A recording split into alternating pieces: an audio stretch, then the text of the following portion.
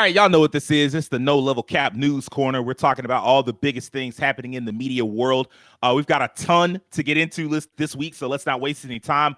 First, though, I want to remind everybody that the Game Awards are happening December 11th. We'll be here live all night reacting to all the awards, all the trailers. After the show, of course, we'll do our traditional breakdown, so make sure you come and hang out with us on YouTube.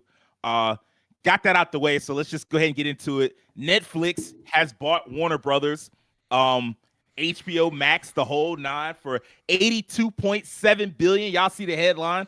My God, that's a lot of money. Let's go ahead and read the little intro. It's official. In a move that will dramatically reshape the entertainment business, Netflix and Warner Brothers Discovery announced an agreement Friday under which Netflix will acquire Warner Brothers, including its film and TV studios, its gaming business, HBO Max, and HBO. The deal has a total enterprise value of approximately $82.7 billion, with an equity value of $72 billion, the company said.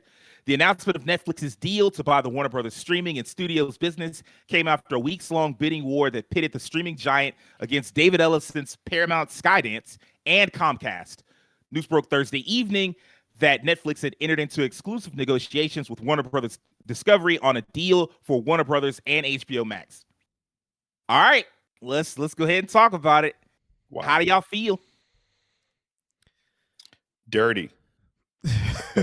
I feel like, you ever feel that thing on your spine like something ain't right? Something ain't right here.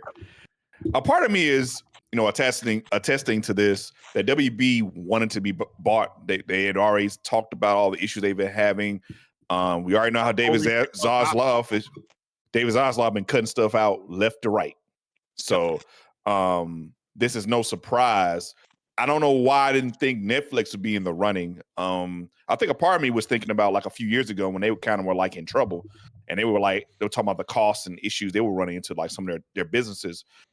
Evidently, that doesn't matter. They still have enough capital to buy freaking WB, so they're not hurting too much all money. The funds, raising all the prices of the subscriptions. So they did. Yeah. I guess it paid off to a degree. Yeah.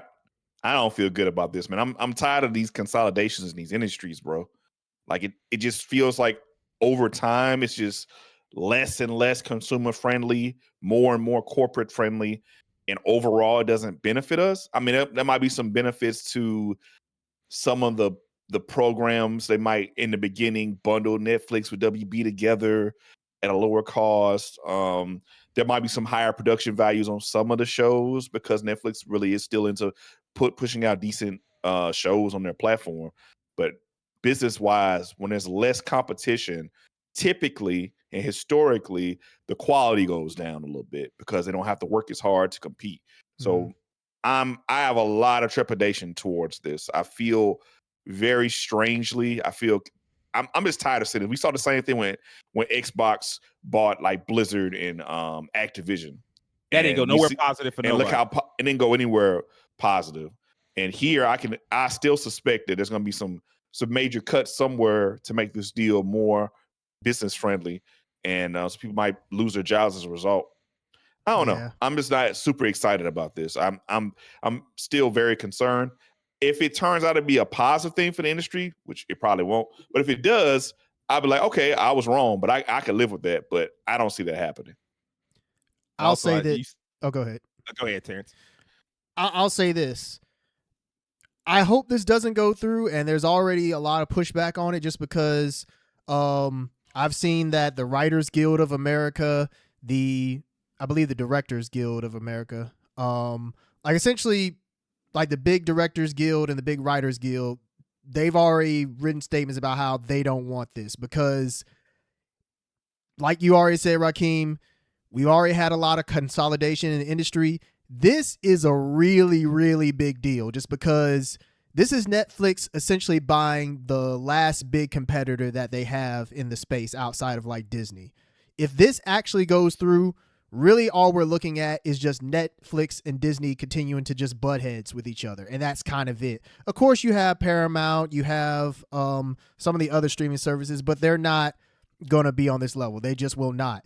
Like, honestly, if Paramount were to buy HBO, to buy WB, then at least that would give them a fighting chance against Netflix and Disney. If Netflix buys WB, they don't. Like, that's it.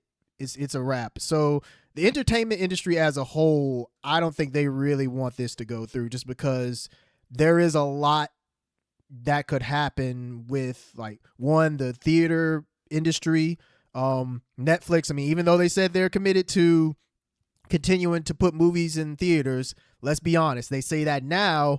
Give it some time. They could very well change their minds at any moment. It's kind of like how Xbox said we're committed to keeping all these studios open, and look at where we are now. Funny you should say that. There's already a headline. Netflix says Warner Brothers movies will continue to remain in theaters, but windows will evolve to be more consumer friendly. Mm-hmm. Yeah. You know that doesn't mean that they're going to make longer theatrical windows. Yeah. So, I mean, the windows are already pretty tight. Apple, they'll put out stuff in theaters, and then, you know, it'll go to their service like in a few weeks. Even now, like, stuff that's like outside of WB, it'll be in theaters for maybe like a solid month, depending on how well it does. Then it's on off to streaming. It's just the pipeline for that has gotten shorter and shorter. It used to be you could maybe see like a 3 to 6 month window when something would go to theaters and then it would go to streaming. But now that time frame has shrunk down pre-pandemic. It was you did a full theatrical run, however long that lasted, and then it would be off the air for a while, and then it would go to streaming. Pre-pandemic, it like they still cared about, hey man, we got to get the theater done right. And it's only after the pandemic, when suddenly we were forced to be at home, that they started being like, hey man, why should we wait at all? You know, and that's done no good to anybody except Netflix. Yeah, fair. Yeah, Devin, what about you, man? I really got the same mindset as Keem. Like, first thing I thought about was the whole Xbox thing, because I mean this is involving like Warner Bros. With their, like, you know, silver screen footage and stuff like that type of media and shows, but it's also got the gaming included too, which is interesting because I don't think that any other streaming platform has games. I don't think that I know of. I don't think Hulu has access to games. I don't think any streaming, I guess if you count Amazon, but that's like a separate thing from their Amazon Video. So it's kind of interesting. Disney has that investment into Epic Games. So I mean, that's the closest that you're gonna get. Yeah. I don't know. This is an interesting one, man. It's a lot of money that they're throwing around with this, and that's a lot of money. And as Keem mentioned earlier, the whole merger with Xbox buying studios, it just hasn't really yielded anything super great as of now. And I'm hoping that this doesn't turn out to be the same thing. Just like Terrence mentioned about the theater releases, this could mean, like, what if, I mean, they say this now, but what if they change their mind? And I do think there is value in going to the movies. There's an experience to it. Like, I have very vivid memories of going to the movies back when I was younger. So I hope that experience doesn't go away, but it seems like at some point maybe we could be getting to that potentially. Because I just think about back in the day, like, y'all still mention like movies when they come out, and this is back before streaming service. This is when stuff go to DVD or something like that. It took a while, and you was like, "Oh, it's on DVD now. I go grab it." But now it's almost like as soon as the movie comes out, it's like you get access to it, which I guess is convenient in a way. I don't know. I just hope that I was watching a Luke Stevens video on this too, and he was talking about like just the gaming division of that stuff that the Warner Brothers was doing. I even think about Game of Thrones, the game that they recently put out. Was it last year? Or I think it was last year. I think it was this year, wasn't it? I think it was this year. This year, okay. The Kings Road game? Yeah. I believe that was this year, yeah. And I was thinking about that. I'm like, man, why would they, that game should have, like, Game of Thrones is one of y'all strongest IPs. It should have put more energy into it. And I'm hoping that doesn't, like, transfer over to this Netflix merger where they take these IPs and just do some run-of-the-mill games with them, because that would suck. But I don't know, man. I guess we'll see if this thing actually does push through. A lot of people don't seem to like it, and I'm one of them. Like, why? Like, I don't want like this one big monolith to have everything. They're just gonna be like, well, we got everything, so there's no point for us to like innovate and try to make things better, because this is the only option you got. So if we get to that point, it's gonna be like, man, this ain't where you want to be, man. No. It seems like it's been moving in this direction since the 80s, like since VHS. And I know that seems like, oh no, it was fine with VHS, but like, no, like, really, we've been devaluing movie theaters for years, going back to that time period where like movies really did feel the most special that they could have possibly felt, because you saw them in theaters and then that was really it. And then finally you'd see them on like networks after a while. And then like gradually we have changed. Like by the time the DVD era came along, Devin talked about like, oh yeah, you know, this is finally on DVD. There were plenty of people that were like, hey man, I'm not going to no theater. And they had a variety of reasons for why they didn't want to go to the theater, but they weren't going to the theater and they were just going to wait for it to come out on DVD. And that right there was the continuation of this whole process. And it's like, oh yeah, I got it. Like my uncles would have everything on DVD and never go to the theater. Like I talked to one of my uncles when I went home for Thanksgiving. And even then he was like, yeah, I hadn't been to the theater in about 8-9 years. So like pre-pandemic, he was like, hey man, I don't go to theaters. I just buy, and he had his movie collection enormous. And so like there are a lot of people that were like that. And then the pandemic comes along and just accelerates it even more. And so now people are like, one of the things that you have to be careful about is breaking a long established habit. And so like there were tons of people pre-pandemic that would just go to the theater just to go. It was something to do. And they would go on weekends, or they would go, you know, Thursday night or whenever, and they would go every week, or they would go every 2 weeks, and they would make sure to go to the theater and see something. It didn't matter. Like, I'm just going to see something. What's out? And once the pandemic happened, it forced you to stay home, forced you to be in your house, and suddenly you're not watching movies regularly. When it never really ended, but you know what I mean when I say once the pandemic was over, it's like, hey man, you know, I broke that habit. And so now I don't feel like I have to go to the theater anymore. And so you have tons of people that are like, why should I bother? Like, why should I care about the theater and the theater experience? Like, what does that matter to me? And that all just feeds into Netflix. And it, as much as I hate, like, they're going to need to push back on this as much as possible, because the wide fan support to like protect the movie-going experience, I don't know that's there. Now, I will say this, and then I do want to tackle some other areas. One of the things I want to say is that there were 3 options, like I read. It was Netflix, it was Paramount, and Comcast. And funnily enough, Netflix was not the worst option. Paramount was by far the worst option. Paramount would have been buying this with money from Saudi Arabia, and they would have been working with what's my man's name? Ellison, the guy that's head over. And he's gonna come back up in a minute. Ellison, and he had connections to the Trump administration and shit. Like, we didn't want any of that. It would have just been like fucking up, and like imagine them with control over DC Comics. Like, fuck no. Because like right now there's this panel that's going on online with Absolute Batman snapping a police officer's well, not yet. He wasn't even a police officer. He was like fucking up a guy that was like pro white power, and I'm like, oh man. And he had like the military outfit on, and it's like basically an anti-ICE comic book kind of sort of. And I'm like, you won't be able to do that if Paramount buys you. Like, in fact, they probably issue an apology or some shit like that. So that would have been the worst option. Netflix, far and away, by the way, second worst option.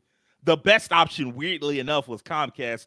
But really the best option would have been, hey, man, stop fucking up and trying to combine and consolidate. Like, leave that shit alone. Yeah. Yeah. So there are some other questions.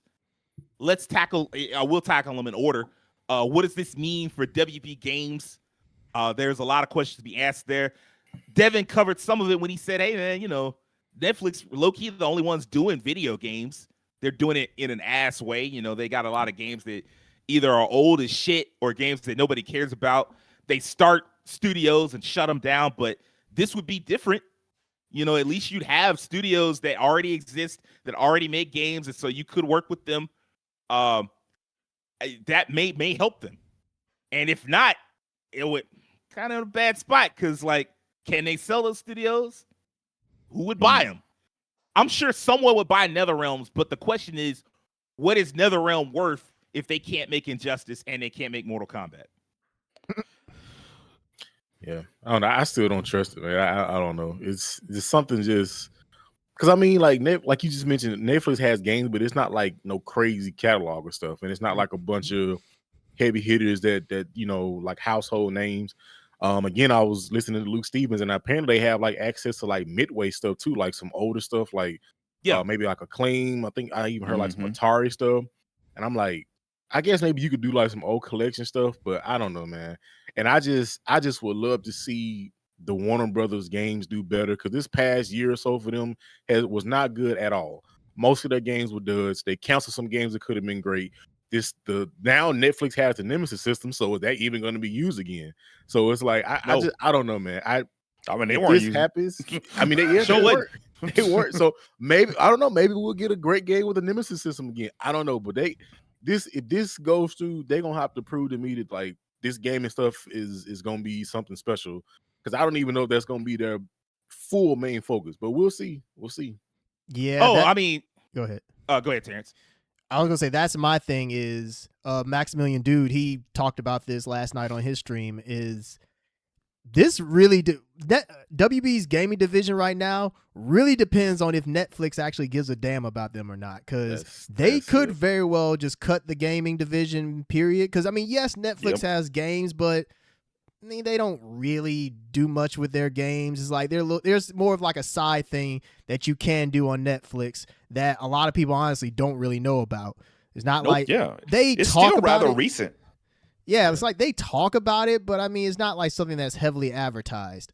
So, if I'm not mistaken, they had a game they were doing with Assassin's Creed, and that shit I think got canceled. If I'm not mistaken, so yeah, I'll just say even the attempts at it's still just floundering. So yeah, I feel so bad for NRS. They've been in such turmoil over like the past, like what, maybe like 5 years or so. They've just like their status went flip-flopped overnight. Like they were like at the top of the fighting game world, and then one bad cycle into this most recent game and bad business on the back end, and it's like everything's going crazy. Yeah, that's why all these consolidations, they're not a good thing, just because a lot of people kind of look at it from a macro level and they don't really see like the micro levels of it in terms of other divisions and how they're affected when you have such a giant merger. And something like gaming, if Netflix just doesn't really care that much about it, or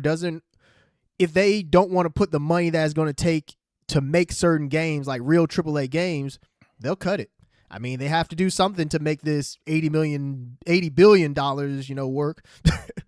They're going to have to figure that out really quickly, like more so than the other two questions that I was going to ask. WB Games, that's going to become a big issue real fast because it costs so much, like Terrence said, to make AAA games. And like, man, I just don't know, like the biggest problem, because they tried to sell the WB Games division before. And, it's like the biggest problem, there's two big questions. One, who's going to buy it? And two, what's it worth when you're not developing like the Warner Brothers properties? What's Avalanche Games worth when you're not developing Harry Potter? What's Rocksteady might be able to slide. That's about it. Like everybody else, NetherRealms, like I said, like what is NetherRealms without Injustice and Mortal Kombat? Yeah. Like you gonna ask them to start from scratch. Yeah, to start a whole new IP, like you asking too much. So I don't know, like it looks bad right now, and it's going to be shaky for a while to come if this purchase goes through.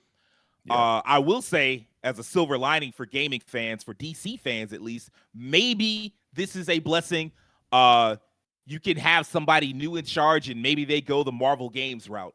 And they're just like, hey, man, we're going to start licensing the DC property to as many different developers as possible. We can get a Justice League game from someone. We can get a Wonder Woman game, a Superman game. We can get a Shadow Pact or Justice League Dark game from someone. Like, there's so many different options that you could have that they haven't been exploring because they're like, oh, we have our own game studios and we'll just let them develop. Like, that shit, that path has not worked. Regardless of how you feel, and obviously I don't want anybody to lose their job. I feel like that should go without saying, but I do want to go ahead and say it anyway. Regardless of how you feel, Warner Brothers games working on DC has not worked at any level. You got two good games out of it, Injustice and Arkham, the Arkham series, and that's pretty much it. And it's like, hey man, that's not enough for the fact that they've been doing that for 15 years, something like that. Yeah, well, like, Shadow man, too, I guess. Shadow. Well, I mean, I'm just talking strictly DC. Yeah. Oh, it's my bad, DC. You're right. Strictly DC. Like you look at what, like Marvel had Disney had a similar plan for Marvel at first, where they were like, oh, well, we'll just do all the stuff in house, and then they pivoted very quickly, And by 2018, they were like, hey, man, here's Spider-Man 1, Marvel Spider-Man. And ever since then, you've seen, you have some failures like Marvel's Avengers, but you also have Marvel's Midnight Suns, which isn't a sales success, but people love it. You have Marvel's Guardians of the Galaxy. Again, not a sales success, but people do love it. You have Marvel Cosmic Invasion. You're getting all these Marvel's Blade, Marvel's Wolverine. Like, you getting a lot. Marvel's Iron Man. You're getting a lot of Marvel games. And, if they all come out and they're good, it's like, hey, man, that was worth the experiment versus like what DC's done, which has been fucking nothing, or Gotham Knights. Yeah. A couple smaller questions I want to cover, and then I want to give y'all a plot twist. Me and Keem want to cover this one. What does this mean for AEW, Keem? It means, man, there's a lot of things we could talk about. I've heard rumors. Well, not even rumors. I've heard people say Netflix doesn't even seem to want the cable networks. So there's talk that those will probably be sold to someone else. Interesting. Well, yeah, first of all, AEW, obviously, they're not owned by WB. They just have an agreement with them. They just have a deal with them. So the deal would be the issue. That would be the underlying problem here.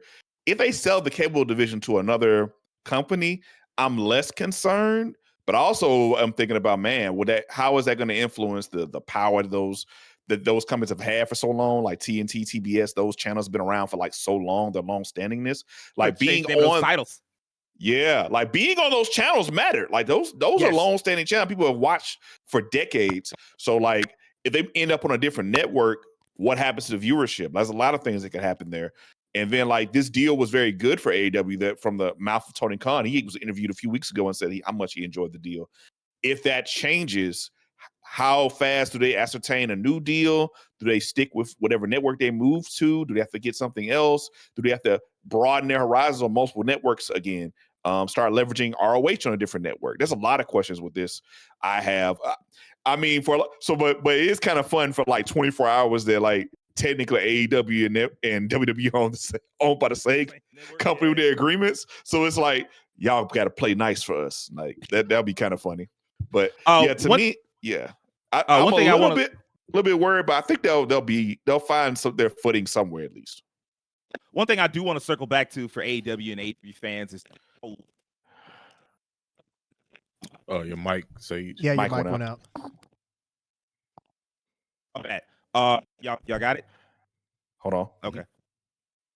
One thing I want to circle back to for AEW fans is like how long deals like this take to complete. You cannot fast track deals like this.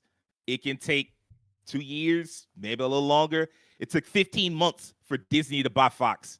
It took 21 months for Microsoft to buy Activision. AEW is, I believe, 1 year through the TV deal that they just got. That's only 3 years long with a 4th year option. So, like, by the time this deal goes through, because, like, you see the pushback that it's getting way more pushback than Microsoft and Activision ever got. So, like, by the time this deal actually goes through and Warner Brothers is fully owned by Netflix, if that happens, man, they might be almost done with that deal and they may have to be looking towards someone else anyway. So that's one thing that people need to think about, like, as they panic. It's like, well, they're not going anywhere right now. Things are going to stay the same where they are right now, And then another thing to think about is where cable will be. Like, cable is not on the upswing, and this makes it worse. Like, it's not getting better for cable. Cable may be in a worse spot come 3 years from now anyway. By 2030, I don't want to think about what cable's going to look like. I will say this, and Keem, I think you'll agree with me on this. I think Tony Khan should have already been making deals with more people that weren't WB. Like, I feel like he was so intent. And even like with ROH, he only wanted it to be on a Warner Brothers network. And I'm like, man, you should have got your name out there to somebody else and made some friends with somebody else. Like that deal with Fox that never came through, that AEW Shockwave. I don't know how far along they got with that, but I kind of wish they had done a little bit more working with Fox, because like you could putting that on, and I mean like you could get, because like think about what they were getting for SmackDown, or what Fox was paying for SmackDown. Man, AEW, you're not getting that, and they wouldn't want that. Like it would still be a jump up. Like they could still get a huge raise over what they're getting from Warner Brothers. and still be not what Fox was getting, what Fox was paying for SmackDown 15 years ago or 5 years ago, however long that was. So I don't know, man. One last thing I want to get real quick before we get to this plot twist. What does this mean for DC Comics? I know a lot of comic book fans are wondering this. And as a comic book fan, I just want to say the only thing we as DC comic fans need to worry about is, are they still interested in publishing comics? If the answer is yes, you can chill out. You know, that's the end of it. You ain't got to worry about nothing else. I saw a Reddit post last night talking about DC's next wave of comics. And in the comments, somebody was like, why should I get excited? These books, they're going to get canceled more frequently now that Netflix is involved. And I don't know how to tell y'all this, but the average comic book outside the top 30 to 40,000, maybe 50,000 copies, Netflix does not give a damn about that. They got bigger shit to do. They can't care. 50,000, the sales from 50,000 comic books is a rounding error to them. They don't have problems with it. They don't have time to micromanage at that level. So the question is ultimately going to come down to, hey, man, what are y'all doing over there? How much does that cost? We're making a profit? All right, I guess we'll keep doing it. And it's going to hit. Like, I can't, like, they're not going to sell DC because DC is one of the biggest IPs that Warner Brothers has.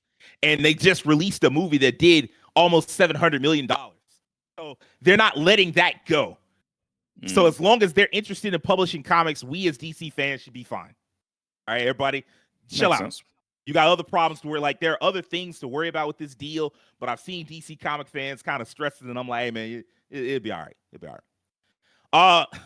However, there is a plot twist, and some of this may not even matter because Paramount is attempting to do a hostile takeover of Warner Brothers because they don't want this to go through. Yeah. They are willing to be like, hey, man, you know, this came from CNBC. Let me see if I can get down here. Ellis activated my trap card. Yeah. Basically, he's like, man, you've activated my trap card. Paramount's lawyer sent a letter to Warner Brothers Discovery this week, first reported by CNBC, claiming the sale process had been rigged in Netflix's direction. Paramount has accused Warner Brothers Discovery of failing to properly consider its offer of $30 per share, all cash, instead of selling to Netflix as a predetermined outcome. Netflix made an initial bid for Warner Brothers Discovery studio and streaming assets of $27 a share. That trumped Paramount's offer at the time and turned the trajectory of sales talks in Netflix's direction. And now, of course, they're just like, hey, man, you know, we're willing to go directly to the shareholders and offer them $30 a share. Give us this right now. How do you feel, Keen? Because I noticed you had the biggest reaction. Man, they really want this bad. They want this a little too bad. That's a little wild. And also like that's some scorn lover stuff. Like, how could you not want to be with me? I got all the money. I'll pay more. I'll treat them better than you will, baby. I'll treat you better. Please don't be with him. I understand. I understand the bidding process that you have to show a part of the process is you have to vet every offer appropriately and then make a decision. But also, if you make the decision after vetting correctly, that's it. Now, they can say what they want to about it's rigged or whatever. I don't know how true that is. They'd have to show some actual proof of that. But that's wild that they can just undercut a sale by going to this reminds me a lot of what happened with WWE with Vince McMahon, where he undercut getting kicked out of his own company by forcing his way back in and then taking over the board of directors and then selling the company to another company, which eventually kicked him out anyway, which is really ironic. This reminds me very much of that. So this is crazy. Man, we're in an era where, man, people really live or die by this almighty dollar because it's insane to me that you have they're forcing us, trying to force a sale to happen when a bidder has been determined. That's wild. But business is cutthroat. Yep. Yeah. I mean, it's like I said earlier, and I understand the negatives of Paramount buying WB. Like, I get that. But like I said, you got to realize on the other side of things, if Netflix buys WB, that essentially cancels out everybody else that isn't Disney because they will have the most IP against Disney in comparison to everybody else. Because, I mean, Paramount has stuff, sure, but I mean, on their own, they don't stand a chance if Netflix buys WB. If they buy WB, then it's essentially Paramount versus Netflix and Disney. But if Netflix buys WB, it's just Netflix versus Disney. So I can understand why Paramount is really scrambling to make this happen, because if they don't, it's going to be a wrap for them in the long run. It might be a wrap for them in the long run anyway. Like, Netflix just ain't going nowhere. What do you think, Devin? This is a big money digital mess, man. Like I'm just thinking about like you said, like the fact that they're trying to undercut, and it's like Keem said, this almighty dollar, man. It's like, and I mean, they throwing big bucks around. They ain't throwing no pennies around. They throwing big bucks around. Billions. Like this is ridiculous. I'm hoping, like, you know, I think back like when the big boom of like these streaming services had like other services. So, the example, like you go on Amazon, right? And you can try to watch something. It'll say, click on it, watch now. And you click on it, it'll be like, oh, subscribe. It's like, hold on, I thought you said watch. Like, these services have multiple services inside of services, Yeah. And it's like, I don't know. I'm thinking, like, what if Netflix be like, hey man, you want to watch some Warner Brothers stuff on our, you gotta pay another like Warner Brothers. Like, I don't know. We just get into some inception. It's just a big mess, man. For now, they have talked about keeping HBO Max around, so it may be exactly what you're talking about. That's what I'm saying. Like, they're buying these things, but you're on the Netflix service, and you still got to pay another fee to watch Warner Bros. Or HBO Max. I'm like, I hope that's not the case, but we already see that happens already. You know, like with Hulu, like with Disney bought Hulu. I'm like, all this stuff like being acquired, and I'm like, bro, I don't know. Like, cable, it's like cable TV left, and like now we in like such a big mess, like a media mess. It's just like, you want to watch. I know we talk about sports, like King want to watch like basketball and football. Now you gotta certain things, like King mentioned, I got the NBA pass, but I can't watch certain NBA games. Like, what? That don't make no sense. How do I have a pass for something and I can't watch all of what that pass should require? I wish I knew. Essentially, we now have a worse version of cable. Yeah, it's just a worse version of cable. Just it's definitely a worse version, because it's also like, not only are we paying more and everything's more confusing, but now somehow we have fewer people, fewer businesses involved, so it's fewer options. Yeah. And it's like, it's just a mess, man. I hope that if this deal does happen, I hope that they make the best decisions that they can. But again, it's companies usually never your friends. They're never your friends. They're gonna do what's gonna make them the most money, not necessarily what's gonna make the customer the happiest or like the best deal for the customer. So that's just how that works. It's business at the end of the day. And when you're throwing around this type of money, you already know they like, man, we got to make the decision that's best for us to what we can maximize our profit margin. So I don't know. It's just a mess, though, in my eyes. It's just a big mess. When you have things that, like you talked about this earlier, Sage, when you have things that were conveniences in the past and there's sudden shifts, cable was something we had forever, you know, growing up. And then the business changed with like online streaming. And sometimes when you have a major shift, chaos ensues. It's like a power vacuum. Things aren't going to be organized. And we see that now that, I mean, there really wasn't no plan by a lot of these companies. They just jumped into streaming. They just wanted to get a piece of the pie. They didn't want to fall behind Netflix because they saw that cable was on the downswing. And as a result of that, they kind of mismeasured how much money they're making off of these services, how much they get back for them. And on top of that, a lot of businesses in general, they took on too much. They made bad deals on other things. On top of that, like with WB, they made some terrible business decisions. TV and put them billions of dollars in debt. And that's why we in this situation. Yep. So yeah, a lot of this is like not even directly on streaming. It's just bad decisions on the back end for other things on top of the streaming bubble we're in now. And it does feel like a bubble. I feel like it's about to burst because this is getting way too crazy. Like Devin just mentioned, sporting events very recently too, because it felt like it was getting kind of weird. Like Thursday, I remember when Thursday Night Football switched to just Amazon Prime, and some people were kind of like shaky about that. Now look at this now, man. Like NBA, you gotta have multiple services to watch different games, even if you have the direct NBA service. That's unacceptable to me. Yeah, I don't think And it's not just that, like the ads are out of control. Like you paying for services now. It really is just cable. Cable just came back. Because it's like you paying for the service and you still getting ads anyway. Like I know NFL Red Zone, people getting mad now because they just added ads to that, even though for years their thing was, hey man, you get all the cool plays, all the red zone plays, no ads. That was a huge part of their brand. And now they tossed that and suddenly you're getting ads. And it's like, but I thought y'all said like you thought. That was the thing. To get a few more dollars. Like the thing with streaming was the promise of no ads, and I think, well, not even I think, like I know, I mean, a lot of people talk about this, how we drastically underestimated, well, these companies drastically underestimated how much they could do without ads, because ads, I mean, that's a huge part of how you get revenue.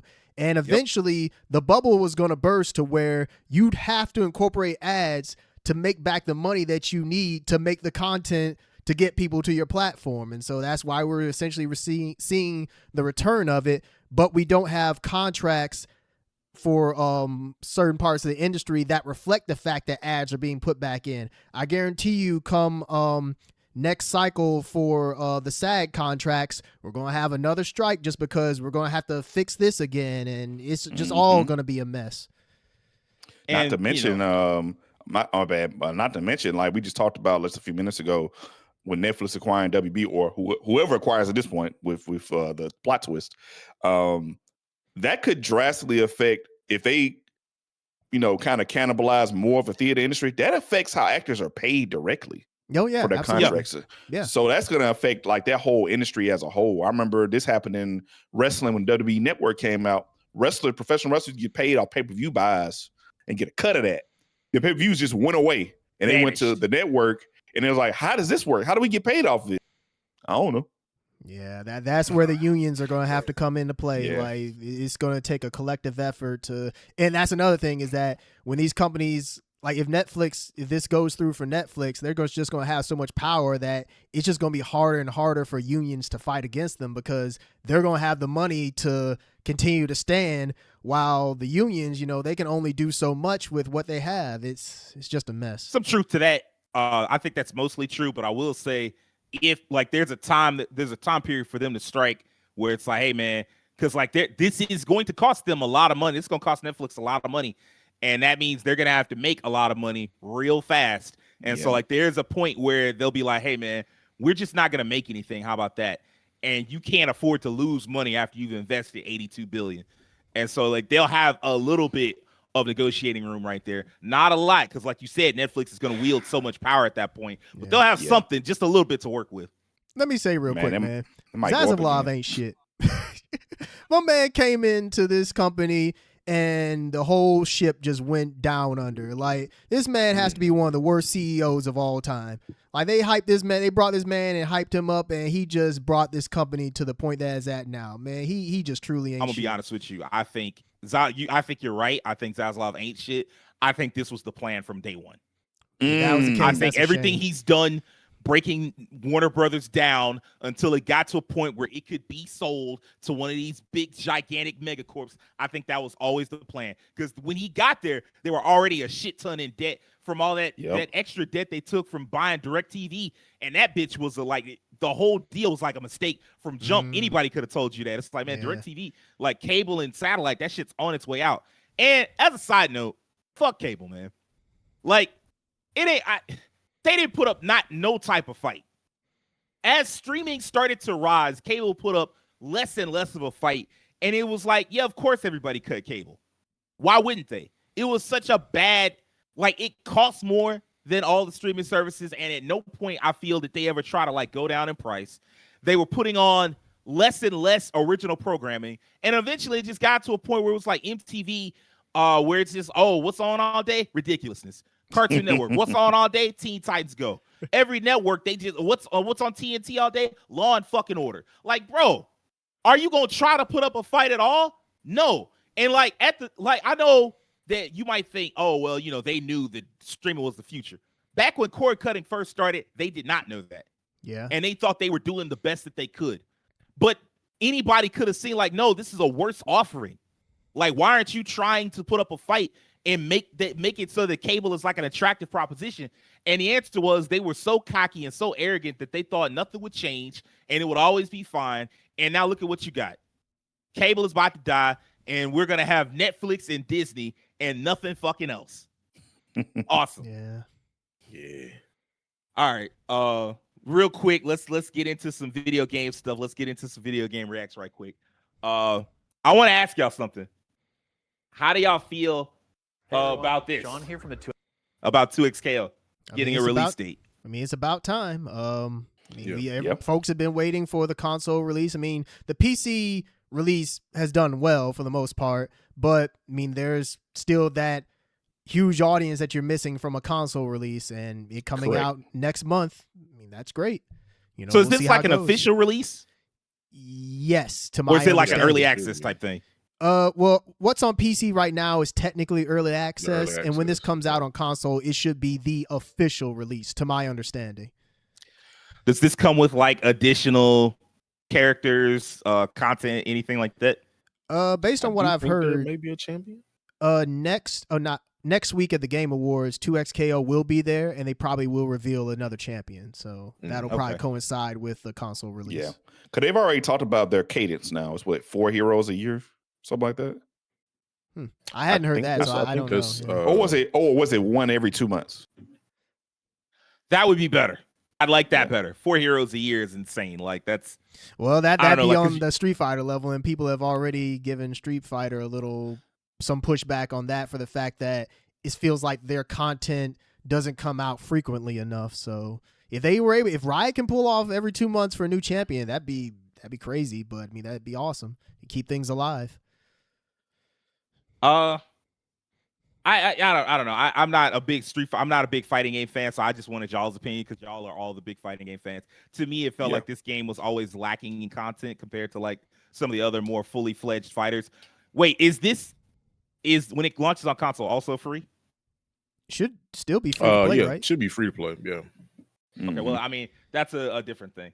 Yeah, I mean, that's the thing. Since it's free to play, you know, you don't have to worry about having like a story mode or a bunch of other stuff. You know, you're at least for now. Yeah, at least for now. Mm. All right, well, Devin, it's time. It's real.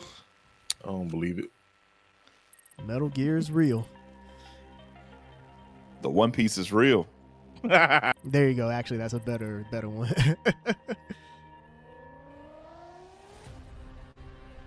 Replaced.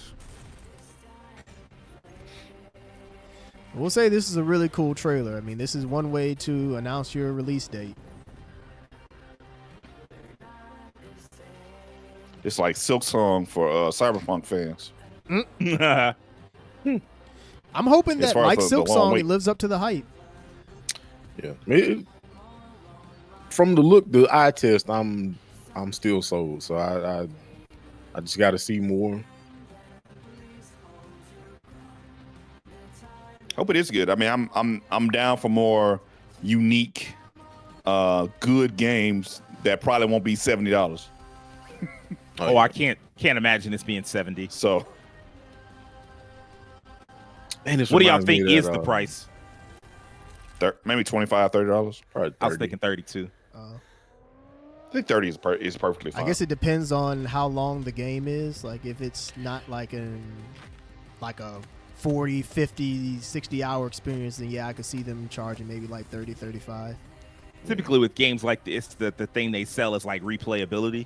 Yeah. Mm-hmm. Yeah, maybe it has like multiple endings. Yeah. I could see 40. Maybe even 40. Yeah. Yeah, I was going to say I could see 40. Shinobi is 30 and Ragebound is also 30. And visually, this looks like there's a lot more going on than those games, even though those games look good. But yeah, this looks really cool. Combination like 3D and pixel. Yeah, I was going to say the weird. fact that this is 3D, but it has the pixel art. I mean, there's a lot of work that's going into this. Yeah. Oh yeah. You know what's crazy, guys? Because this wasn't my big game. I still don't know what this game actually is. Like, what genre is it? I'm gonna let Devin. That is. I don't know. I mean, Isn't it like side-scrolling action? That's what I thought from the side-scroll action. Like from the first trailer I watched, I thought it was just a side-scroll. Like maybe like game. side-scroll action RPG, I guess. Yeah. I'll tell you what, I can get us an answer real quick. before we move on to the next trailer. guess the I reason- mean, the it reason- was gone for so long. I thought it was a vaporware game. That's what I thought. Well, from the That's first not trailer unreasonable. with it, I was like, because it was there wasn't gone for so long. information. There was no information. I'm like, Science fiction, retro, futuristic action platformer replaced. yeah, that's what I Action was saying. Yeah. platformer. Okay. Yeah, Okay. which makes sense. That's what it kind of looks like. Speaking of exciting games, Oh, now this Yeah. one I actually haven't seen this trailer yet. I was waiting on it. My name is Dead Man.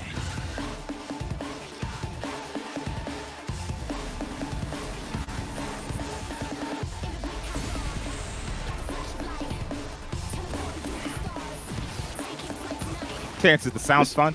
Yeah, it's fine. What is your name? Julia.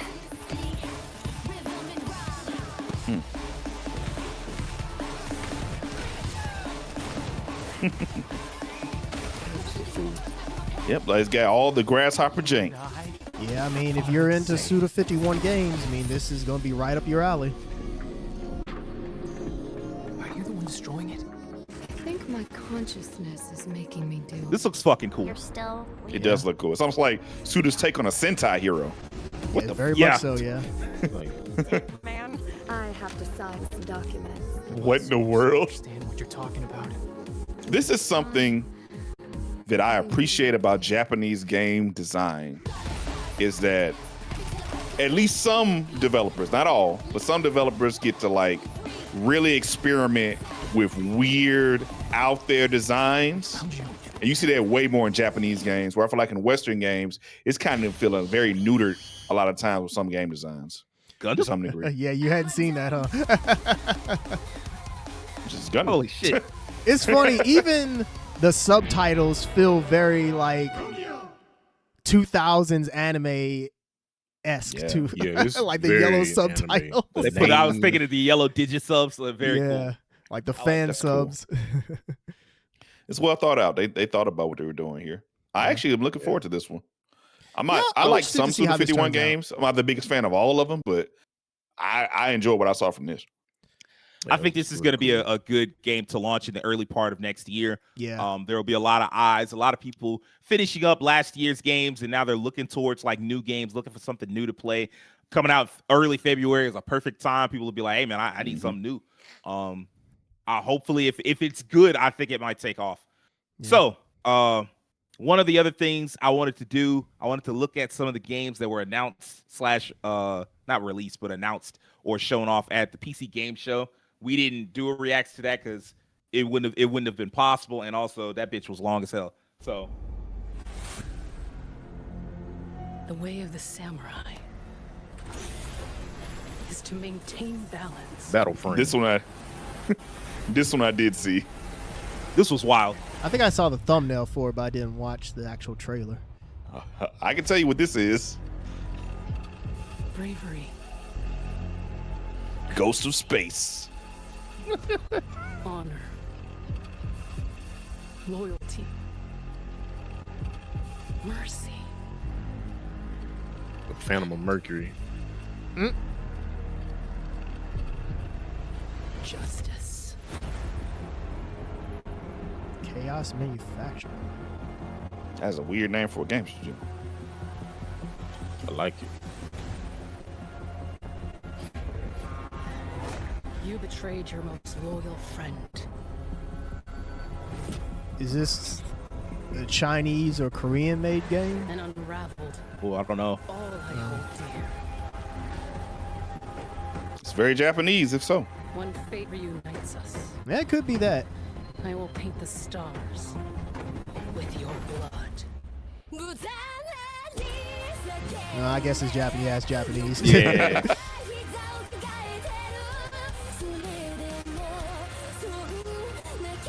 Ghost of Space. I'm not joking. That's pretty much what this is.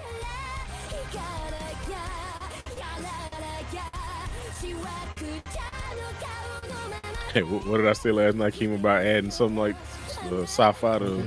That's It's why I like a want to see Souls like some game. actual movement.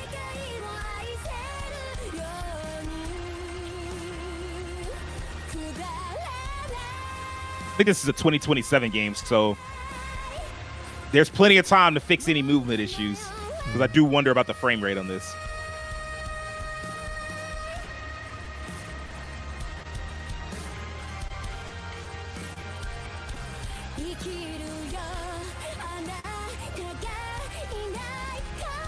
I know you all said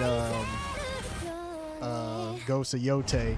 I feel like is Ghost of Yote crossed with Stellar Blade without the fan servicey aspects of Stellar Blade, because you have like Kind a of. more science fiction part of Stellar Blade that it feels like it's tapped into as well. Yeah. I can agree with that.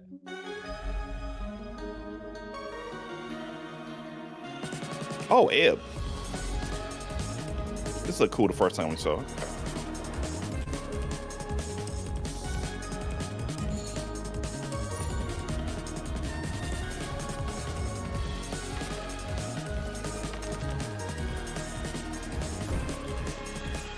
I do like the vibe of this game. Or ruin the campaign. I mean, you can.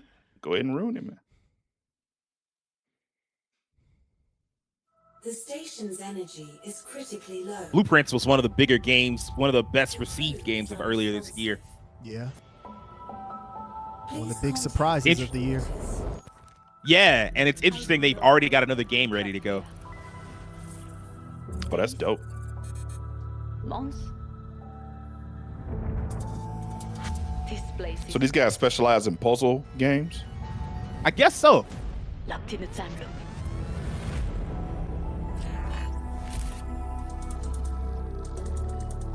Kind of scratching that itch that that Portal scratched in terms of like the deeper puzzles. I mean, I know the games have done that since Portal, but I feel Now like I have to find a way to a really escape good this puzzle place. game hasn't been all the rage since The clues Portal. are all around me. Yeah. Yeah, what, the Stanley Parable? My mind Yeah, that's another one. is the key.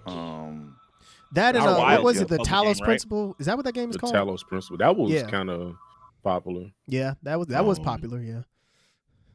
Was it old That game has a school, lot of potential. I like this games. better than what I saw of Blueprints. Mm. It did look very smart. Like the design, very sleek. For you fucking weebs. Hey man, ain't nothing wrong with some weaves, man.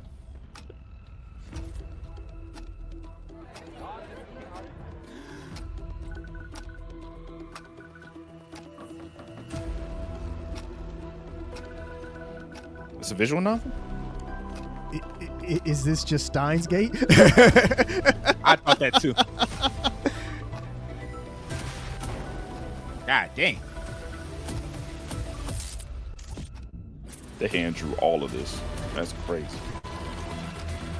I mean, this has to be like heavily inspired by Steins Gate. I mean, you got a dude who's a scientist studying time travel. It's a visual novel. I mean, come on.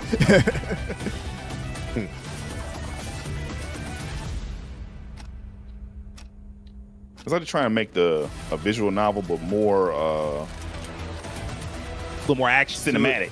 Yeah. Yeah. It's a more, well, I guess depending on who this is made by, it looks like a more American audience friendly visual novel than what Yeah. you would get from a Epoch Japanese developer. Reset. Like I said, assuming Kekahashi Games. this is made by, a Western developer. My first time seeing it, so I don't know. Kekahashi Games doesn't sound like a Western developer.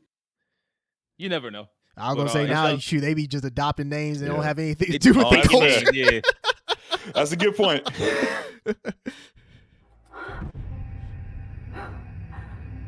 Following in Armstrong's footsteps.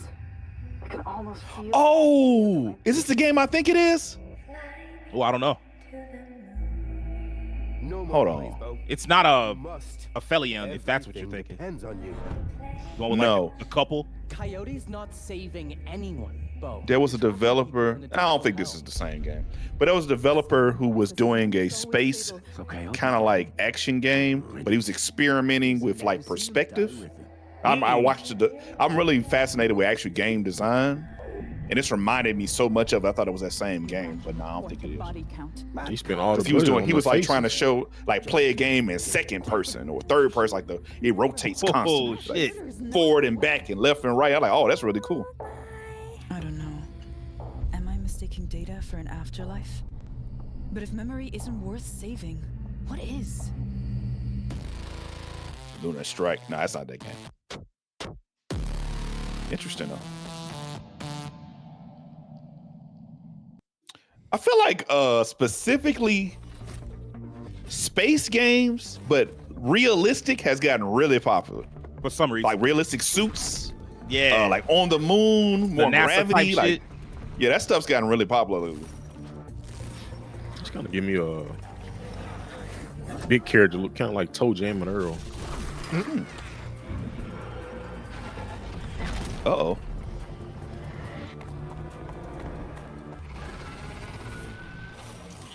All right. The gimmick here is that you have to play this game co-op. Okay. But I'm kind of digging all the magical settings, like the magical vibes and shit that's putting off rather. I'm digging the atypical player characters. You got like a goblin, a ram chick, and the thing. It's definitely honing in on like that 2000s like platformer style of look and like It does. gameplay. When they say co-op, is it like online co-op? Oh my god. Okay. They finally made a video game for D-Boys This from is Yu-Gi-Oh. a state of emergency. This is new state of emergency, but with mythical characters. State of Emergency, maybe? It's from Twisted Works. They used to work at Sony Interactive's London studio. I'm thinking about a different game. What's the one with you played 3 different characters? Now was it 4? The old beat 'em up, 3D beat 'em up game series from PS1. My Fighting Force? Remind me almost a little bit like Fighting Force a little bit. Oh. But with magic. There's no PvP. It's just like 2 to 4 players. You run missions, fighting against threats and shit like that. It's makes not sense. open world, which is cool. That I feel like you get into a lot of trouble trying to design open world games. So Yeah, everybody can't do that. yeah, but I liked it. I was pretty impressed. Keep the scope reasonable especially for like a young studio. Keep the scope reasonable and expand on something you've already built the foundation for. That makes way Speaking more of sense. reasonable scopes, if y'all will remember when we did our game prediction list, I predicted we'd see that game, the open world game, like the open world city game. Mm-hmm. That did pop up at PC Games show. From Studio Liquid Swords. What a name. Right? I'm not entirely sure. This is not the studio making the Wu-Tang game? Right? Asshole of the world. Everyone's either paying. Speaking of that, I watched a video about chess boxing in the entire comment section like Wu-Tang was 30 years early. My past mistakes are catching up. In this city, desperation's the currency. Why's his voice so I'm raspy? getting like Dead to Rice vibes. Debt, I just I'm see not if I see getting a that. baseball bat. interest. I know exactly what game I'm getting from this. What's that PS2 game where you go around fighting dudes in the city? Reminds me of that. Hey, man. Huh? You're not thinking about Samson. Driver or anything like that, are you? Nah, it was like a game where you recruited people. Warriors? The Warriors. Not the Warriors. I'm not Uh, sure then. This is a weird one. This game is apparently coming out. Beat in down early- Streets of Rage. That's what it was. Holy shit. That game? Yeah, reminds me of that. When I saw the combat, I was like, it reminds me of Beat Down. That's a good game. Apparently, the focus on this is like you're a protagonist that's already in debt, and so you do a bunch of jobs where you basically beat people's ass to make enough money to get out of debt and save your family. It is coming in early 2026. It is $24.99, and to that I say, there's no way this game is good. And if it is good, if this game is like an 80 to 84, I want all the AAA studios to do one thing. Pack it up. Pack it the fuck up and get out. If this game is good at $25, and y'all out here trying to sell mediocre experiences or even like on par experiences for 70 fucking bucks, plus a season pass, plus some gotcha elements, plus all this other extra shit. Pack it the fuck up, bro. Go home. Yeah. Wrap the whole industry up. Because it don't make no sense. Like, I just don't feel like a game like this should be good.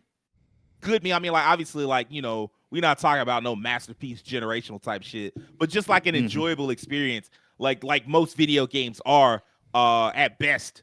Like most of the better video games are just like, hey, yeah, it was fun. You know, it's not like, no, hey man, that changed my life. Like you're not getting that most of the time. The only other type of game I could see that in the realm of this, I don't know how much Sifu was because I got it on PS Plus for free. How much was Sifu? It's like 50. 25. That seems like not the same experience, but a similar idea around the same price point. And that game was very popular. I can see that. That game was excellent, but even then, it was like a side scroller.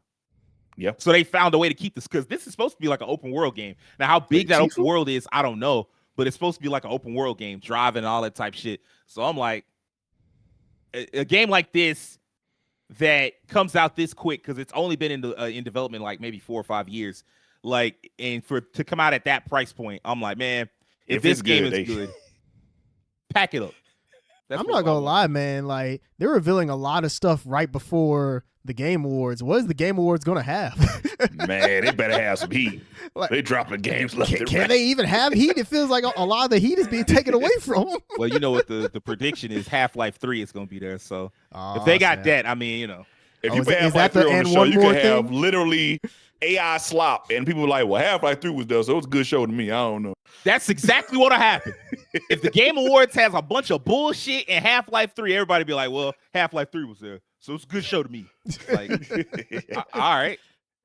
Now, do I care about Half-Life 3? No, but I think that's a strong possibility. You also have Exodus will be there, and like they've confirmed a few things. Whether or not they're big deals, it just depends on who you talk to. But I don't know, like that one thing they've been teasing for weeks, you know. I can't wait for the Exodus, bro. Oh man, I'm ready for that. Just give me a gameplay demonstration. Show me how the powers work, how the world. Show me that. I'm good. Give me a release date. That's what I want. Next year. Last game, and then we're gonna close it out. Probably not gonna play all of this. Oh yeah, I've heard about this. Looks amazing. This was crazy. And also, this is good. Yeah, y'all had no business messing up, never having a really, really good Avatar game before this fight. Boy. Because this is Avatar at its maximum power. Let's get the egg. It's a game.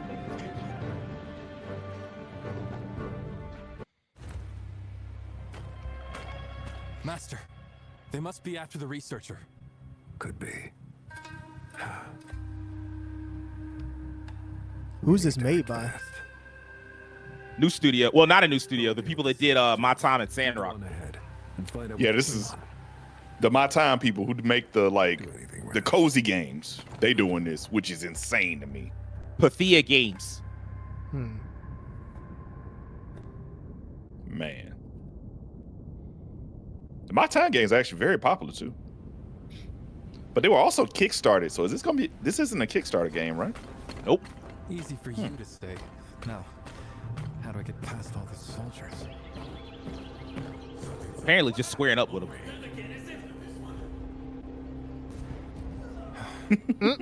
And he tells me not to do anything rash.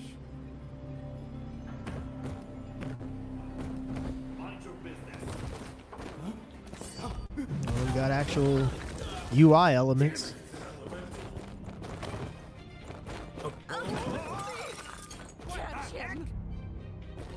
I saw somebody say, "Oh man, this is like Assassin's Creed." I'm like, "Where?"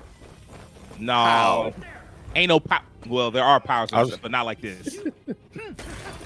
Yeah, I mean, doing all this stuff ain't no Assassin's Creed. I guess you could say in terms of like getting around, it's somewhat like it, but everything else, no. You know, parkour. That's like Assassin's Creed. Yeah, like, bro. flaming kicks from the sky. That's Assassin's Creed.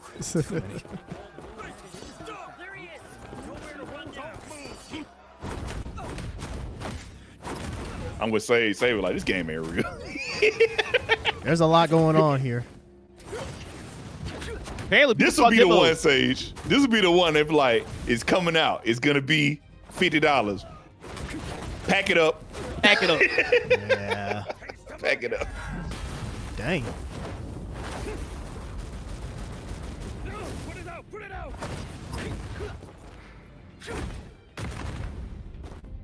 You got to put it out no more. It's over with. You know what's crazy? The combat actually kind of reminds me a little bit of like a really exaggerated form of Sleeping Dogs or like Darksiders a little bit. I can see that. This is crazy. Yeah, there's a lot going on here. I need to see this. I need to see someone actually playing this. Control it. Yeah. I am of that thought. Gonna be cold.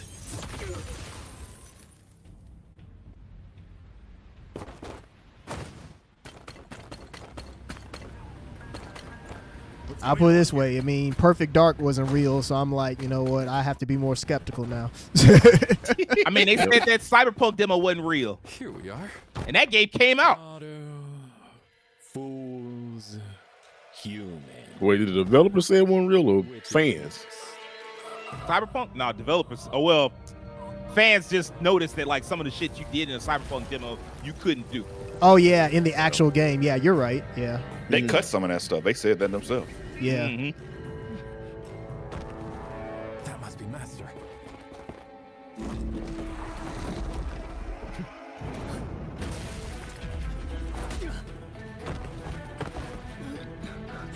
So while this is playing, I'll just go ahead and say the way it works is in this universe, the gods came up with the way to manipulate like chi or ki, and like the gods were basically taking humans' ki and absorbing it after they died. And then humans started to learn how to manipulate it themselves, and then the gods were like, "Nah, fuck that, that's ours." Interesting.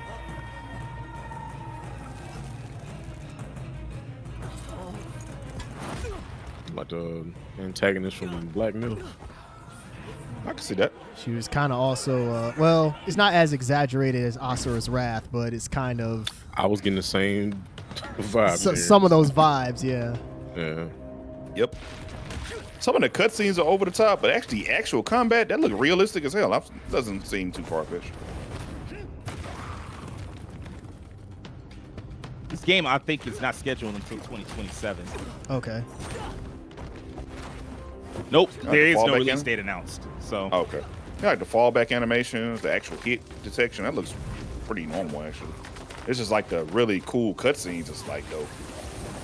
And Like elemental that shit. interactions, yeah. It's got elements of interactions like freaking Divinity Original Sin. That's crazy.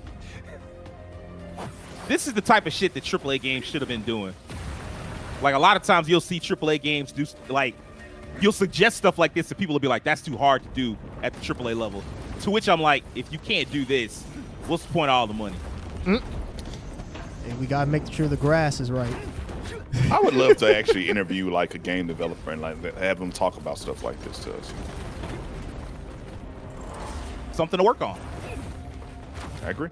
Any game developers that see this, hey, feel free to, you know, You are comment. welcome to message us and we will make something happen.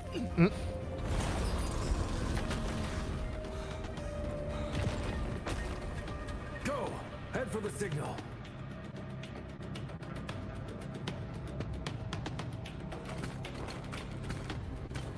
But yeah, once I saw this, I was like, it's a shame we never got like a really good Avatar game. You have to blame Nickelodeon for that. Until now, until this fighting game, because the fighting game looked fire. Yeah.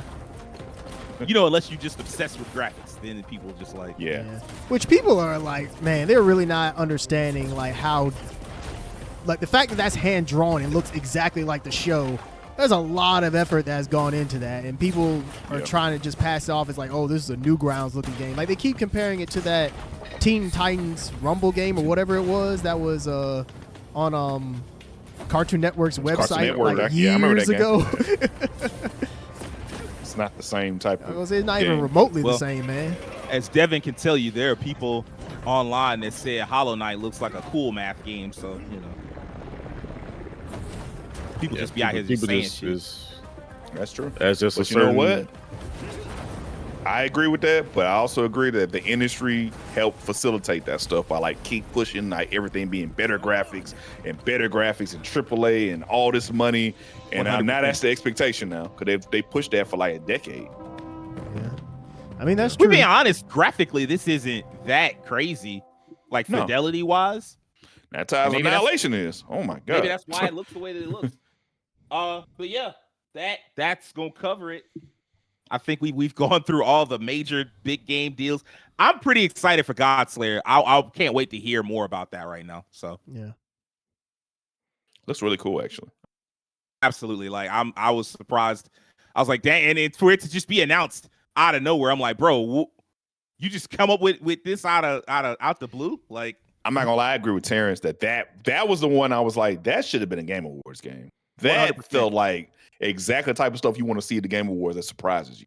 That shit just dropped on IGN randomly, and me and Keem was like, "What's this?" And we just watched it. It was like, "Why is this at the Game Awards?" Like, what? I mean, I don't know. Like everything that I feel like is being revealed before the Game Awards is because they didn't want to pay for the Game Awards. You know what? I can't blame them. That might be true. Yeah. That might be the real talk.